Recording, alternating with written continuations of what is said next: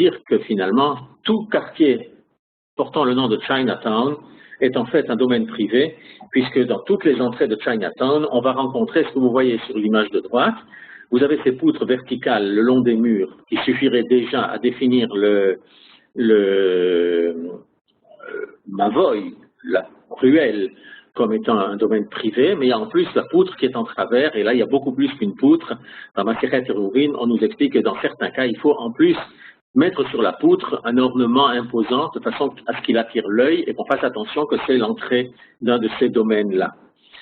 Bon, où est mon problème géométrique? C'est ça que je vous ai promis depuis un moment déjà, et pour l'instant j'étais en train de décrire soit de la géographie, Chinatown, un peu partout, à Toronto, à Vancouver ou à New York. S'il y a Chinatown à New York, en fait je ne sais pas, San Francisco certainement, mais le problème qui peut se poser est le suivant. Regardez l'illustration qui est à droite. Vous avez là une impasse, Mavoy, qui est bordée par des murs comme il faut, et une poutre. Mais la poutre est trop haut. La halakha dit que la poutre doit être à une hauteur de moins de 20 coudées, c'est-à-dire à moins de 10 mètres.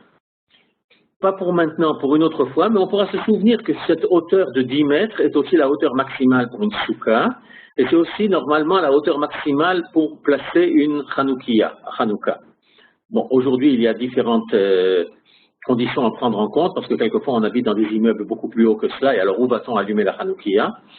Ce n'est pas mon problème maintenant. Je reviens à mon impasse. On a les murs, on a tout ce qu'il nous faut pour pouvoir la fermer, mais on a une poutre qui est trop courte. Si la poutre est trop courte, alors il y a différentes méthodes pour s'en sortir. On peut la poser d'un côté, se débrouiller pour la suspendre de l'autre côté, pourvu qu'il y ait moins de 3 empans, 3 tfachim de libre de l'autre côté. Si l'espace est de 3 tfachim, on estime que c'est relié malgré tout. Comme pour les murs de la soukha quand il y a un trou de 3 tfachim. Mais dans le cas d'une poutre qui est trop haute et trop courte, que fait-on? Eh bien, on a plusieurs solutions. Une solution, c'est celle de l'image. On va placer, avec du bois ou du métal, on va placer une équerre de chaque côté, et de cette façon-là, on va pouvoir assurer la jonction. La Gemara dans Masechet Eruvin fait un calcul pour nous dire quelle doit être la distance maximale depuis le haut du mur jusqu'au début de la poutre. Et si vous regardez le dessin qui est là, l'illustration avec le mavoy, les poutres et autres, et si vous regardez le dessin qui est du côté gauche, qui lui provient du commentaire de Rashi sur la page en question dans Masechet Eruvin, vous voyez que la façon dont on a relié la poutre au sommet du mur n'est pas la même. Sur le côté gauche, dans le dessin qui est dans le commentaire de Rashi, on a relié ça par une ligne droite. Sur l'illustration qui est sur le côté droit, on a relié ça par 2 équerres, c'est-à-dire par 2 lignes brisées à angle droit. Et il y a une discussion dans la Gemara, dans Rashi et dans les commentateurs pour voir, en fait, le calcul qui est donné dans la Gemara pour indiquer la distance maximale au-delà de laquelle la construction qu'on aura faite sera invalide. Eh bien, il y a différentes façons de voir. On peut calculer la différence en faisant la somme des longueurs des 2 côtés de l'équerre que l'on aura placé. Mais on peut calculer aussi la longueur de l'oblique qui est dans le dessin de Rashi. Et en fait, l'oblique qui est dans le dessin de Rashi, c'est tout simplement fermer l'hypoténuse d'un angle droit. Alors nous savons que la longueur de l'hypoténuse est égale, si je ne m'abuse, à la somme des carrés, etc. Oui, vous connaissez tous cela. La longueur de l'hypoténuse au carré est égale à la somme des carrés des côtés de l'angle droit. Mais on ne le dit pas comme ça dans la Gemara. Et c'est donc assez compliqué à lire. L'impression que j'ai eue à première lecture de cette Gemara, c'est qu'en fait, les Chachamim et Rashi essayent de faire un calcul, puisque si on va appeler petit a et petit b les côtés de l'équerre, alors a au carré plus b au carré, ça doit être la longueur de l'hypoténuse au carré. Pour avoir la longueur dans le dessin de Rashi, il va falloir calculer une racine carrée. Or, à l'époque de la Gemara et encore à l'époque de Rashi, on ne savait pas très bien calculer des racines carrées. Parce qu'une racine carrée, c'est quelque chose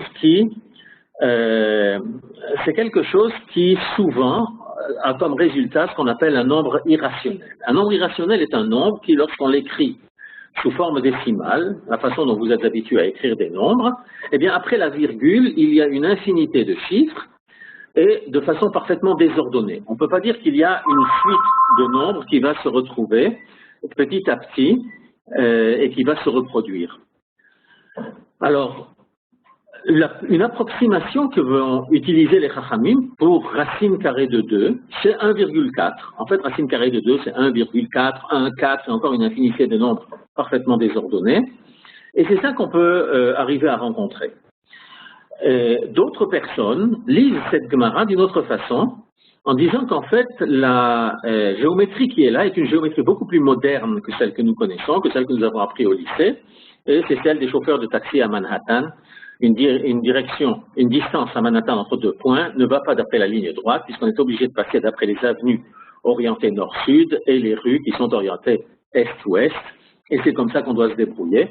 Et en définitive, on peut rencontrer ce genre de solution.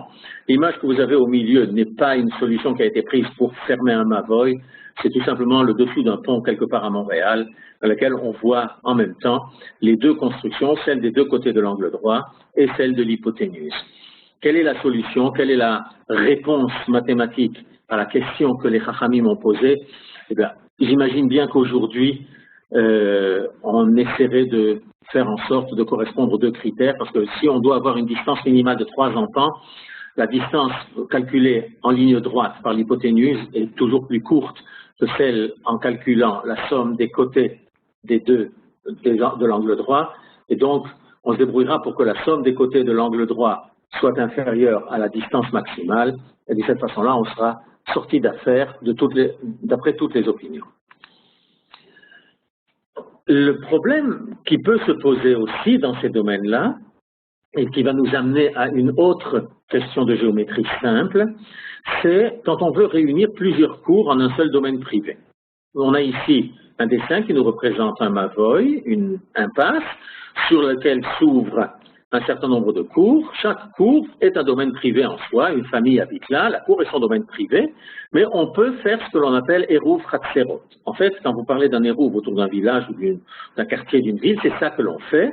Il y a une certaine façon de transformer plusieurs cours en fait un seul ensemble dans lequel on pourra transporter d'un endroit à l'autre, et on pourra le faire d'une cour à l'autre.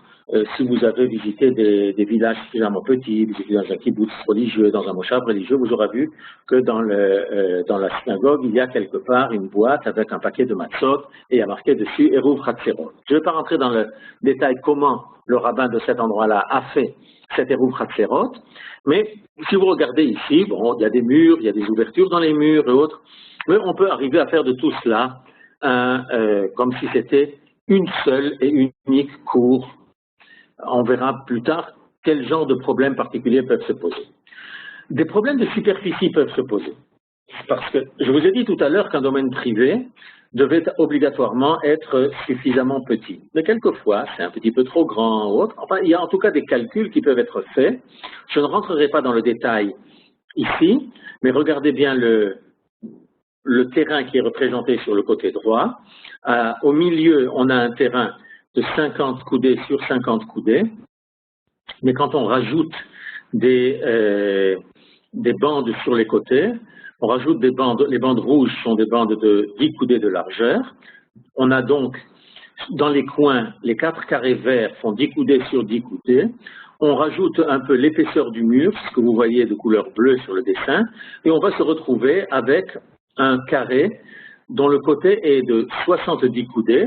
Ça va, avec le carré du milieu, le carré beige, plus les bandes de côté, plus l'épaisseur du mur, on rajoute encore 4 empans pour le mur, et on va donc se retrouver avec un carré de 70 coudées et 4 empans de côté. Et sur le côté gauche, vous pouvez repérer, même si vous ne lisez pas Rashi, vous pouvez repérer que Rashi est en train de faire le calcul pour nous amener à comprendre quelles sont les différentes superficies et comment on fait les calculs de surface. Il faut simplement se dire qu'à l'époque de Rashi, les notations que nous connaissons, celles que vos enfants ou vous-même utilisez ou avez utilisées, n'existaient pas. La notation algébrique telle que nous la connaissons aujourd'hui est apparue 400 ans après Rashi. Et elle est due à un certain nombre de gens, elle est due à Descartes, un peu avant lui à Viette, et à encore quelques autres mathématiciens de l'époque. et en tout cas, elle n'existait pas à l'époque de Rashi, et ce qui fait que la compréhension des calculs qui sont faits par les Chachamim est souvent handicapée par le fait qu'il faut d'abord traduire les termes qu'ils utilisent et comprendre. Nous essayons de traduire ce qu'ils ont écrit de façon littérale, disons, avec des mots, nous essayons de le traduire dans nos notations à nous et dans nos chiffres. Ce n'est pas toujours très simple, mais bon, on finit par y arriver malgré tout. Alors, regardons un petit peu un autre calcul de superficie. Le fameux carré de 50 sur 50 ou de 70 et quelque chose sur 70 et quelque chose que nous avons vu avant provient d'un domaine dans lequel on doit faire un certain nombre de calculs qui concernent le Beth Amikdash. Parce que pour ce qui concerne le Shabbat, toutes les halachot sur les choses qui sont permises et les choses qui sont interdites proviennent de la construction du Mishkan dans le désert et de considérations liées à la taille du Beth Amikdash et aux cours différentes qu'il y avait dans le Beth Amikdash. Grosso modo, le Beth Amikdash avait une taille de 100 amot sur 50 amot, donc un rectangle. Mais comme les domaines sont définis à partir de superficies de carrés, il faut transformer cette superficie de 100 amot sur 50 amot, il faut la transformer en une superficie d'un carré. Il faut donc faire un calcul qui est 100 amot sur 50 amot, ça nous donne 5000 amot carrés. Maintenant, un carré, si le côté du carré c'est un nombre x, la surface du carré sera donnée par x au carré, x beriboa en hébreu. Il faut donc calculer la racine carrée de 5000. La racine carrée de 5000, après simplification, c'est 50 racines de 2, ça vaut à peu près 70,7106, etc., avec une infinité de chiffres dans un placement qui nous paraît absolument désordonné. Il n'y a pas une sorte de suite de même très grande de chiffres qui se reproduit. Bon, maintenant, si on veut mesurer une longueur, on n'a pas besoin de tous ces chiffres-là tout le long. En fait, ça provient du fait que racine de 2 est un nombre irrationnel, je vous en ai écrit une approximation en bas, et en fait, les Chachamim n'ont pas besoin de cela. Imaginez que vous ayez un besoin de calculer une longueur comme ça en mètres, vous mesurez ça avec vos ustensiles normaux, avoir une précision à 5 ou 6 chiffres après la virgule, c'est totalement inutile. Pour une mesure simple, ben, vous faites une mesure même chez vous, dans votre maison, dans votre salon ou dans une chambre parce que vous voulez placer un meuble quelconque, vous n'avez pas besoin d'une mesure avec une précision de tellement de chiffres. Et en général, les Chachamim donnent une précision pour la racine de 2, ils n'écrivent évidemment pas sa racine de 2, mais la précision qu'ils en donnent, c'est 1,4. Et ça suffit largement pour l'ensemble des calculs qu'ils ont à faire. Quelquefois, ils font un calcul légèrement différent, mais ils donnent une approximation qui est largement suffisante. Et en fait, pour arriver à cette approximation ici, avec ce dessin-là, eh bien, comment font-ils? Ben, tout simplement, vous voyez qu'ils ont déterminé un carré de 50 sur 50, c'est le carré beige, et 4 bandes de 50 sur 10, et alors il reste au milieu une bande qui va être découpée en carré de 10 sur 10. Et c'est comme ça que par approximation, par découpage successif et par approximation successive, ils vont arriver à pouvoir déplacer maintenant les bandes en question, ils vont les dépasser, ils vont les replacer autrement, et en fait, c'est ça ce que vous aviez vu avant.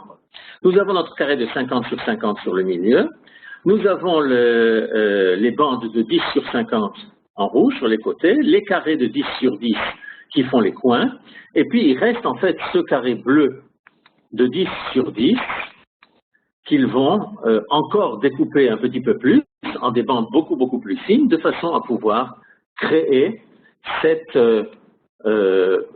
bande bleue qui est là autour du carré et qui en définitive pour pouvoir nous donner quelque chose de continu tout autour du carré doit avoir comme largeur 4 en pans.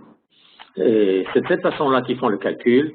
Vous allez voir que cette façon de faire les calculs à l'époque de la Gemara, eh bien, si le monde scientifique, si on peut appeler ça, chez les non-juifs à l'époque, avait connu cette façon de faire, on serait peut-être arrivé à inventer le calcul infinitésimal, celui qui a été inventé par des gens comme Leibniz, Newton, et après développé par Euler, Cauchy et autres. On aurait peut-être pu l'inventer un petit peu plus tôt. Les objets mathématiques n'existaient pas à cette époque-là, et les Chachamim dans la Gemara les ont tout simplement fabriqués. Voilà un autre exemple de calcul géométrique que les Chachamim doivent faire. Vous savez qu'il est interdit de mélanger les espèces végétales. On ne va pas semer du blé ou des tomates à l'intérieur d'un champ de vigne, entre les rangées de vignes. Et si vous avez là un verger tout autour et que vous voulez planter autre chose dans la clairière qui est au milieu du verger, il y a des dimensions minimales à respecter, d'éloignement entre ce que vous planterez au milieu et ce qui est planté tout autour. Et les calculs sont des calculs parfaitement faisables, soit dans ce cas-là, soit dans le cas inverse, où on veut planter quelque chose, des légumes ou du blé autour du verger, mais on a de toute façon des calculs à faire. Et vous voyez que les distances sont calculées en parallèle avec les côtés du carré, mais il y a toujours des petits calculs à faire pour ce qui va venir d'après la diagonale des carrés. Et là-bas, de nouveau, on va se retrouver avec des calculs à faire sur la base de calculs de racine carrée de 2. Je ne vais pas rentrer dans les détails, les principes, on les a déjà vus.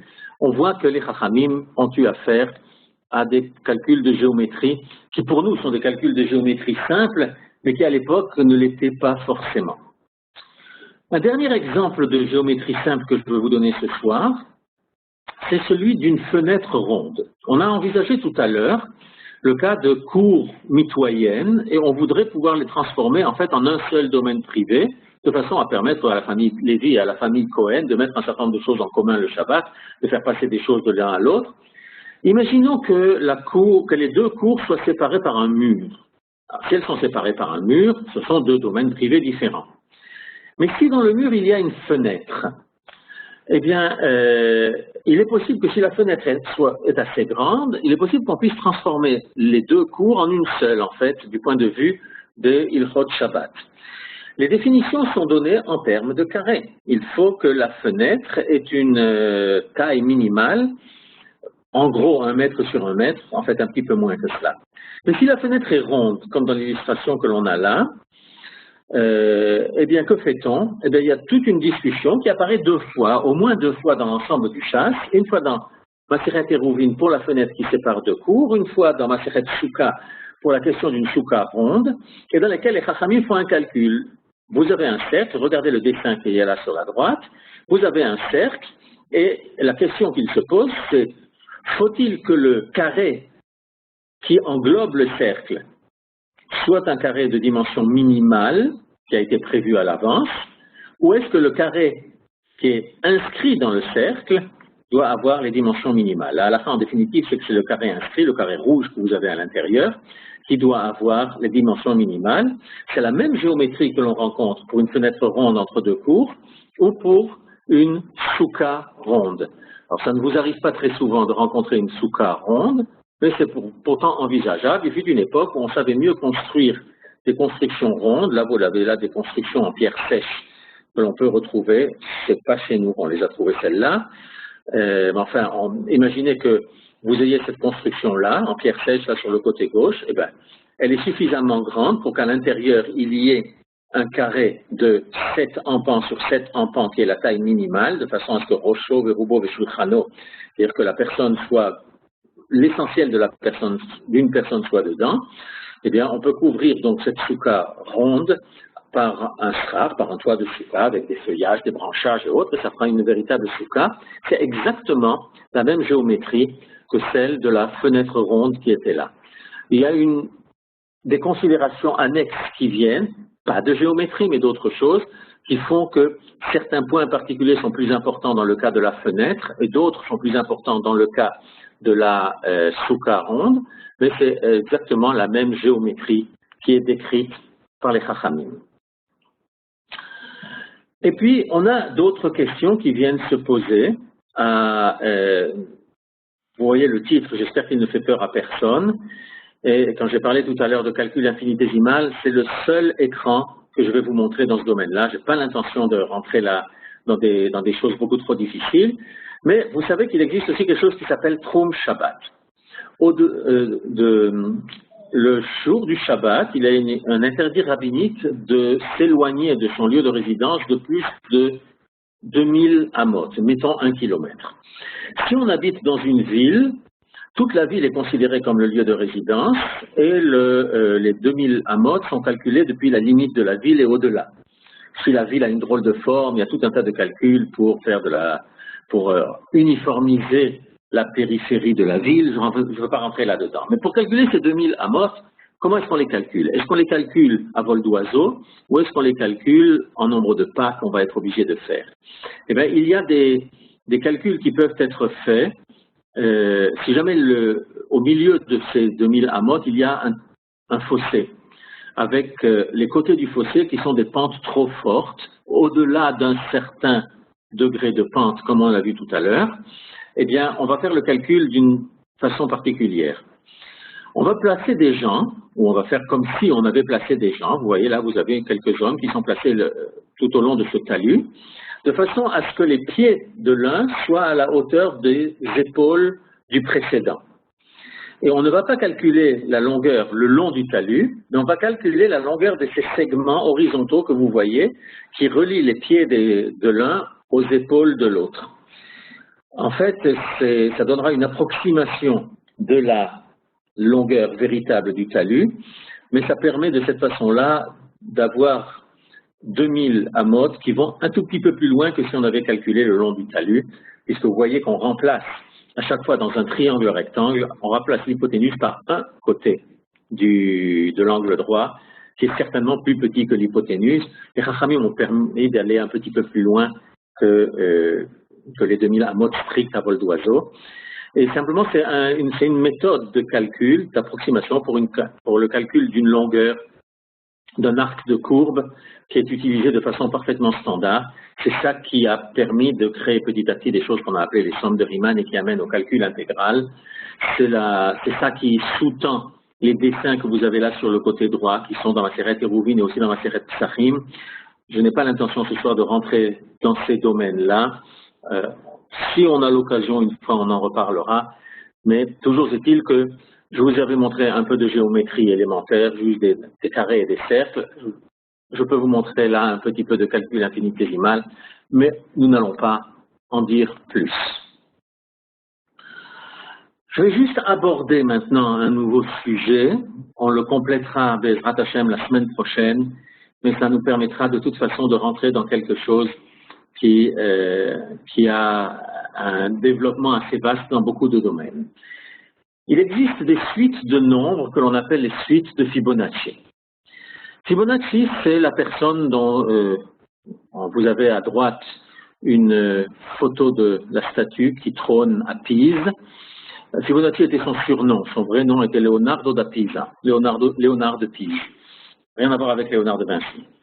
Et un jour, des gens ont posé la question à ce monsieur-là de faire un calcul. Ils ont un couple de lapins, mâle et femelle, et on sait qu'un couple de lapins engendre un lapin tous les mois, une portée tous les mois, et que une femelle devient mûre pour engendrer lorsqu'elle est âgée d'1 mois.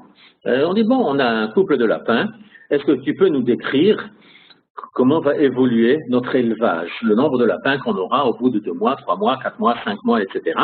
Et ça a fabriqué une suite que je vous décrirai plus tard, que tout le monde connaît sous le nom de suite de Fibonacci. Tout simplement, elle commence par le nombre 2 fois le nombre 1, et après, chaque nombre, c'est la somme des 2 précédents. Donc, si les 2 premiers sont 1 et 1, le suivant sera 1 plus 1, c'est-à-dire 2. Le suivant sera 1 plus 2, c'est-à-dire 3.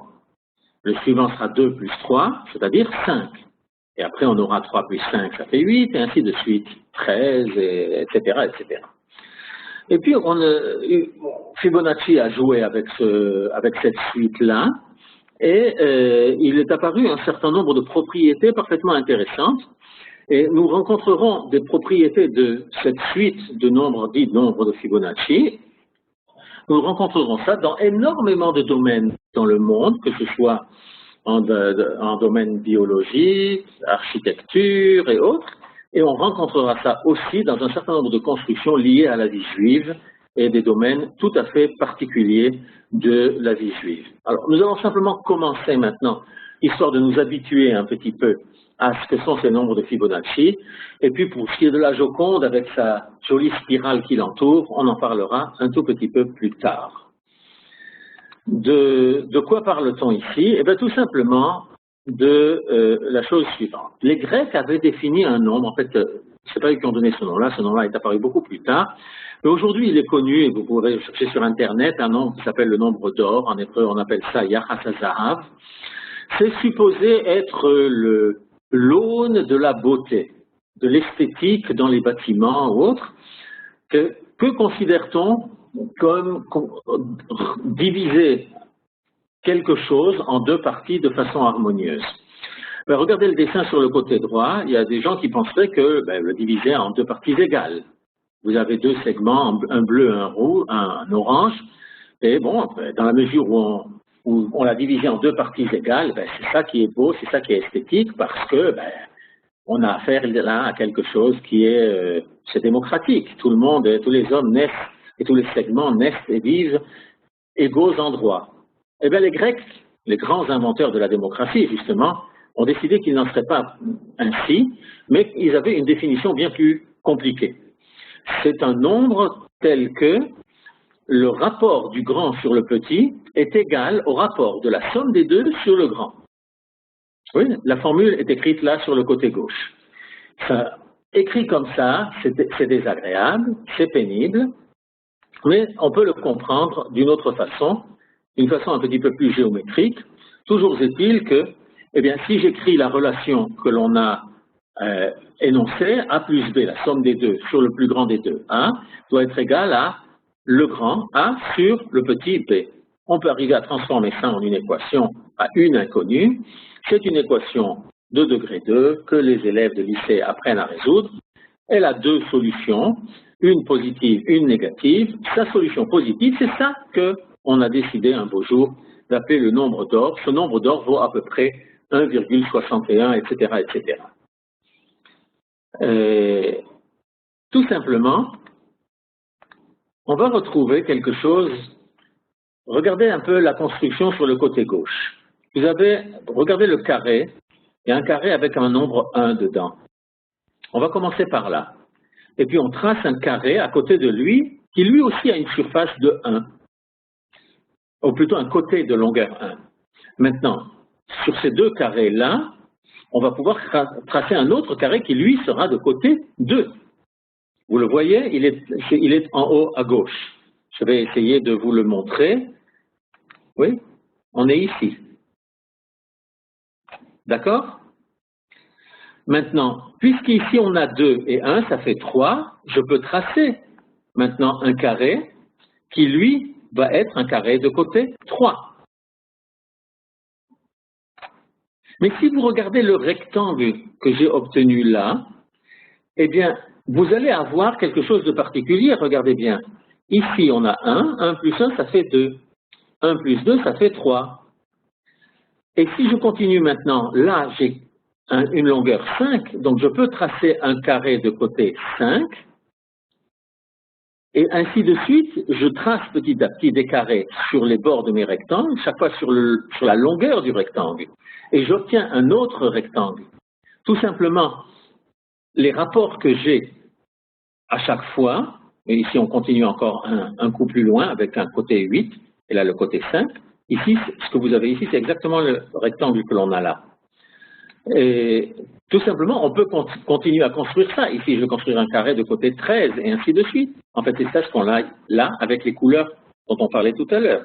1, un carré de côté 2, le carré de côté 3, un carré ici de côté 8. Oui. On continue encore, on va avoir un carré de côté 13 ici. Et on peut continuer à l'infini de cette façon-là. Tout simplement, ce qui se passe, c'est que il y a des proportions qui sont respectées ici dans les longueurs et largeurs de ces rectangles-là, et qui sont des proportions qui vont apparaître ailleurs.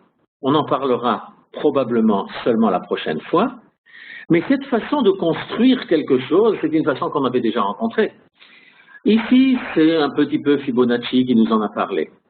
Et puis, on a une idée que les Grecs, en fait, s'occupaient de cela, parce que bon, je peux déjà vous le révéler, on le verra plus loin, mais ceux d'entre vous qui auront visité Athènes et qui seront montés sur le Parthénon, qui ont vu que les Grecs sont en train de reconstruire le temple d'Apollon là-bas, oh là là, un cours de Torah et science qui se met à parler du temple d'Apollon, où sommes-nous? Bon, les Grecs, toujours est-il, ont considéré que ce qui était beau, c'était un bâtiment dont les façades respectent la proportion donnée par le nombre d'or, c'est-à-dire dont la longueur sur la hauteur est égale au nombre d'or, à 1,6 et quelques, et ce sont les proportions qui sont respectées dans les temples grecs.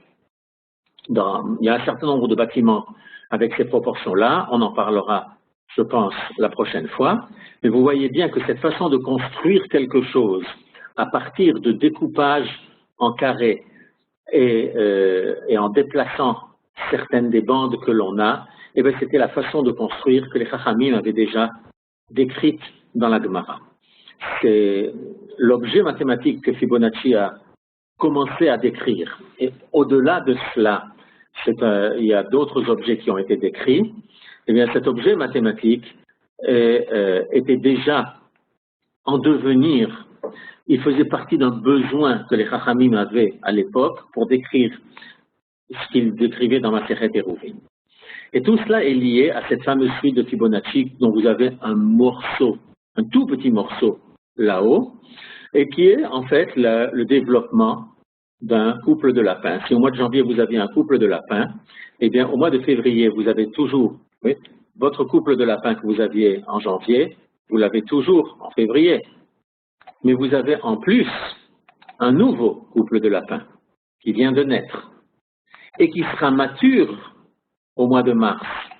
Mais au mois de mars, votre couple de lapins d'origine est toujours là. Simplement, il a engendré un nouveau couple de lapins qui, lui, sera mature seulement au mois d'avril, en même temps que celui d'origine, en même temps que celui de février, et ainsi de suite. Et vous aviez là un couple, puis là, au mois d'après, il y en a 2, le mois d'après, il y en a 3, le mois d'après, il y en a 5. Vous voyez bien qu'on y va d'après le nombre d'éléments, les nombres successifs dans une suite de Fibonacci. C'était cela la description de Fibonacci. Les Australiens en ont fait la même expérience quand ils ont importé des lapins en Australie. Ils ont pratiquement tout liquidé puisqu'il n'y avait pas là-bas de prédateurs pour les lapins. Et puis on rencontre cela dans d'autres domaines. Par exemple, ici vous avez le tronc de l'arbre qui se divise. Dans beaucoup de sortes de végétaux, on rencontrera cela. Il y a d'abord une division en deux, et puis après l'une des branches continue, mais une se divise encore en deux, ce qui fait qu'on en a 3, et ainsi de suite. Après on va en avoir 5, après on va en avoir 8. Il y a beaucoup de plantes qui fonctionnent de cette façon-là, et on va pouvoir le décrire la prochaine fois. Je veux juste terminer pour aujourd'hui avec le lien entre la suite de Fibonacci et le fameux nombre d'or. Et bien tout simplement, si vous regardez ici, vous avez les fameux nombres de Fibonacci, 1, 2, 3, 5, 8, 13, tels que je les avais décrits avant. Et là, ce sont les mêmes nombres, mais avec un décalage. Oui? Et si vous calculez le rapport, 1 divisé par 1, ça fait 1. 2 divisé par 1, ça fait 2. 3 divisé par 2, ça fait 1,5. 5 divisé par 3, ça fait 1,6, etc. Et ainsi de suite, si on calcule les rapports de deux nombres successifs dans la fameuse suite de Fibonacci, eh bien, on se rend compte que les rapports successifs, eh bien, fabriquent une suite de nombres qui se rapprochent indéfiniment de ce fameux nombre d'or. Il y a donc un lien entre la prolifique famille de lapins que nous avions et sa descendance au cours de générations, dans l'hypothèse que des couples de lapins sont éternels, évidemment, ça ne sera qu'une approximation, et la construction de ces édifices que les Grecs avaient entrepris un peu partout dans leur pays avec leurs temples et le nombre d'or et cette proportion qui est supposée être harmonieuse. La prochaine fois, eh bien, nous reviendrons un petit peu là-dessus et nous verrons comment ces nombres apparaissent aussi bien dans votre jardin que dans le laboratoire des biologistes et des analystes du génome, et qu'ils apparaissent aussi au Beth Amikdash. On va le voir. Ils apparaissent au Beth Amikdash pas pour les raisons des Grecs, parce que nous ne construisons pas des bâtiments comme ceux des Grecs, mais ils apparaissent d'une autre façon, et on va voir apparaître ce que la Torah nous a enseigné, ce que les Chachamim nous ont fait faire, les calculs faits par les Chachamim et faits par les différentes générations de Chachamim. On va voir qu'en définitive, on a avancé dans le même domaine, on avait besoin de développer des objets, et les objets sont quelquefois développés à la même époque et quelquefois pas. Je terminerai juste en vous racontant quelque chose qui m'est arrivé. Il y a quelques années, c'était au début des années 90, j'étais à un congrès d'algébristes dans un domaine assez pointu d'algèbre abstraite, et c'était à l'époque où Internet n'était pas développé comme aujourd'hui. À l'époque, j'utilisais déjà le courrier électronique, mais pour arriver à faire passer des fichiers, des articles mathématiques ou autres par courrier électronique, c'était toute une affaire. C'était assez compliqué, ce qui fait que beaucoup de gens, en fait, n'étaient pas en contact les uns avec les autres. Et j'ai donc pu voir dans ce congrès deux conférenciers qui sont venus présenter les résultats de leurs travaux. Eh bien, les deux avaient fait exactement la même chose, avaient inventé le même objet, avaient démontré les mêmes théorèmes et avaient donné au nouvel objet qu'ils avaient défini le même nom. Ce qui était assez surprenant. Aucun des deux ne connaissait l'existence des travaux de l'autre. Aujourd'hui, ça n'arrive plus parce qu'on met tout sur Internet et tout le monde sait tout dans les quelques minutes qui suivent. Et aujourd'hui, la difficulté, c'est pas de faire savoir à tout le monde, la difficulté, c'est de faire que ceux qui ne doivent pas savoir ne sachent pas. Et donc, ces deux mathématiciens avaient fait exactement la même chose, démontré la même chose en donnant le même nom.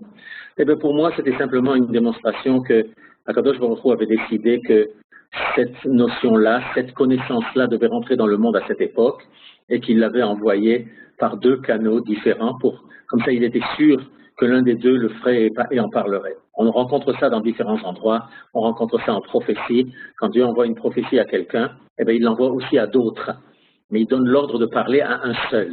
Simplement les autres qui ont capté la même prophétie et qui peuvent donc témoigner que si jamais on a un doute si le prophète est un vrai prophète ou s'il ment, les autres peuvent dire oui, la prophétie en question existe.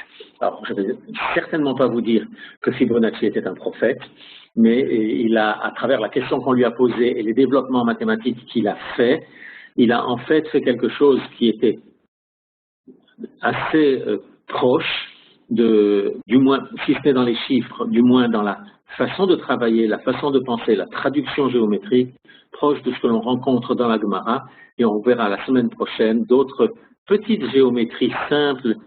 Je ne vous emmènerai pas à vous perdre quelque part dans les bois de la géométrie difficile, mais on ira avec quelques nombres simples comme ça, et on ira se promener dans des champs de fleurs et on ira voir des animaux marins ou autres on ira aussi avec un petit peu la tête dans les étoiles pour voir comment la façon dont les Chachamim ont raisonné et la façon dont Fibonacci a raisonné, ça nous a amené à des résultats qui sont faciles à comprendre, faciles à voir, au moins faciles à percevoir, difficiles à démontrer, mais faciles à percevoir et dans lesquels on voit que les mathématiques, la Torah, tout ça, ça fait partie de la sagesse qu'Akadosh Baruch Hu fait rentrer dans le monde. Je vais m'arrêter là maintenant. Merci beaucoup pour votre attention. S'il y a des questions, je vois que au chat, il y a des interventions. Je vais essayer de vous répondre. Une question sur le Tiltul. Est-ce que c'est une mélacha de la Torah? Oui. C'est une des 39 mélachot. Tiltul Arba Amot Vereshut Arabim, le transport de quelque chose sur 2 mètres dans le Reshut Arabim, ou bien le transfert de quelque chose du domaine privé au domaine public. Oui, là, dans ce cas-là, c'est une mélacha qui est interdite par la Torah. Elle fait partie des 39 mélachot. Certains chachamim appellent ça melacha groua parce que c'est tellement facile de faire cette chose-là avec un mouchoir qui pèse 1 gramme.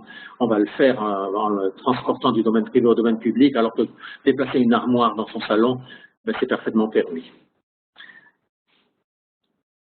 Voilà. Maintenant, une autre remarque, pas si élémentaire que ça. Je ne sais pas à quoi la remarque fait référence.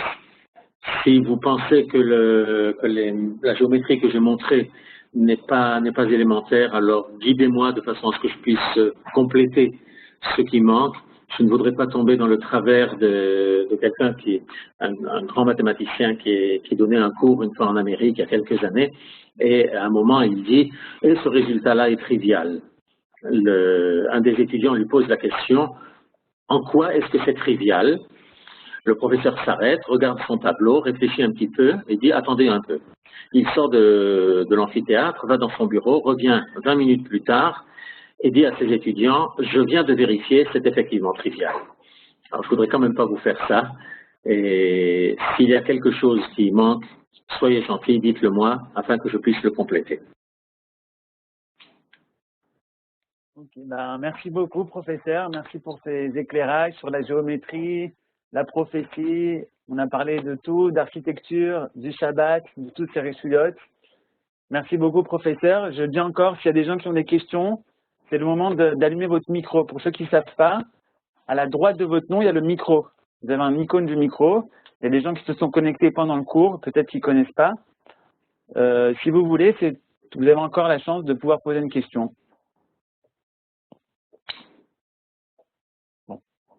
Sinon, si vous voulez organiser la question dans votre tête et la poser la semaine prochaine par chat ou avec le micro, c'est aussi possible.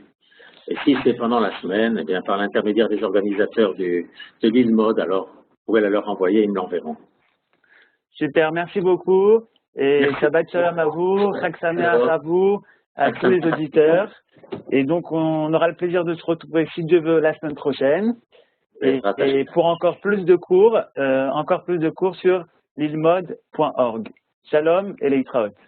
Shabbat Shalom, Chag Sameach.